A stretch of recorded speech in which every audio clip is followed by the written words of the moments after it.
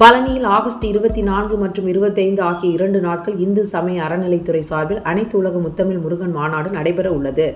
இதனை முன்னிட்டு மாநாடு நடைபெற உள்ள பழனி ஆண்டவர் ஆண்கள் கலைக்கல்லூரியில் அமைச்சர்கள் சேகர் பாபு, சக்கரபாணி ஆய்வு செய்தனர். முருகப்பெருமானின் பெருமைகளை உலகம் முழுவதும் இருந்து மாநாட்டில் 1,00,000 பேர் வரை கலந்து கொள்வார்கள் என எதிர்பார்க்கப்படுகிறது.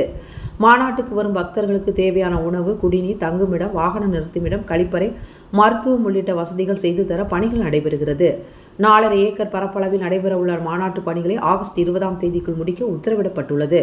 ஒரே நேரத்தில் 50,000க்கும் மேற்பட்ட முருக பக்தர்கள் அமர்ந்து அந்த நிகழ்வுகளை கண்டுகளிக்க ஏற்பாடு செய்யப்படுகிறது. 8 இடங்களில் நுழைவாயில்கள் அமைக்கப்படுகிறது. அறுபடை வீடுகளின் 3D வடிவில் வடிவமைத்து அருகில் முருகனை பார்ப்பது போல் ஏற்பாடு செய்யப்பட்டுள்ளது. முருகப்பெருமானின் வரலாற்றை கூறும் வகையில் கண்காட்சி அரங்குகள் அமைக்கும் பணிகள் செய்யப்பட்டு வருகிறது. ஏராளமான வெளிநாட்டு பக்தர்களும் கலந்து கொள்கின்றனர். தமிழக முதல்வர் இந்நிகழ்ச்சியில் கலந்து கொண்டு துவக்கி வைப்பதாக தகவல் வெளியாகியுள்ள நிலையில் தற்போது 50% பணிகள் நிறைவு பெற்று உள்ளது. இதனை அறநிலைத்துறை அமைச்சர் சேகர் பாபு, உணவு மற்றும் உணவு வழங்கல் துறை அமைச்சர் சக்கரபாணி, திண்டுக்கல் மாவட்ட ஆட்சியர் பூங்கொடி, திண்டுக்கல் மாவட்ட காவல் கண்காணிப்பாளர் பிரதீப் மற்றும் அதிகாரிகளுடன் அனைத்து இடங்களுக்கும் நேரில் சென்று பணிகளை ஆய்வு செய்து வருகின்றனர்.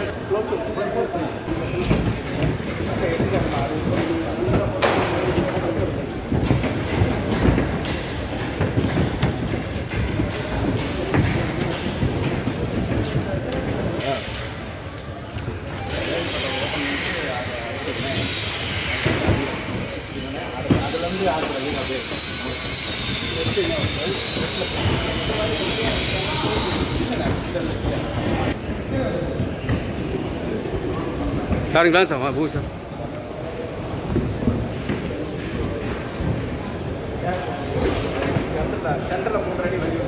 ஏய் பிரச்சனை உள்ள. ஏய் பிரச்சனை இங்க. நிப்பாட்டிக்கலாம். கீழ வாங்கல. கீழ என்ன? Sir sir.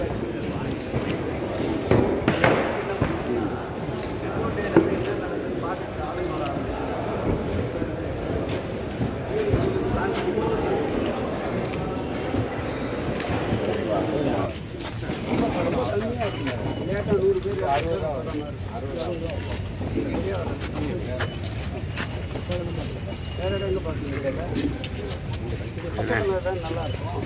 அந்த ஃபுல்லாக போட்டு இங்கே வரும். இந்த செட்டுக்கு அந்த செட்டுக்கு இடையில வரும்.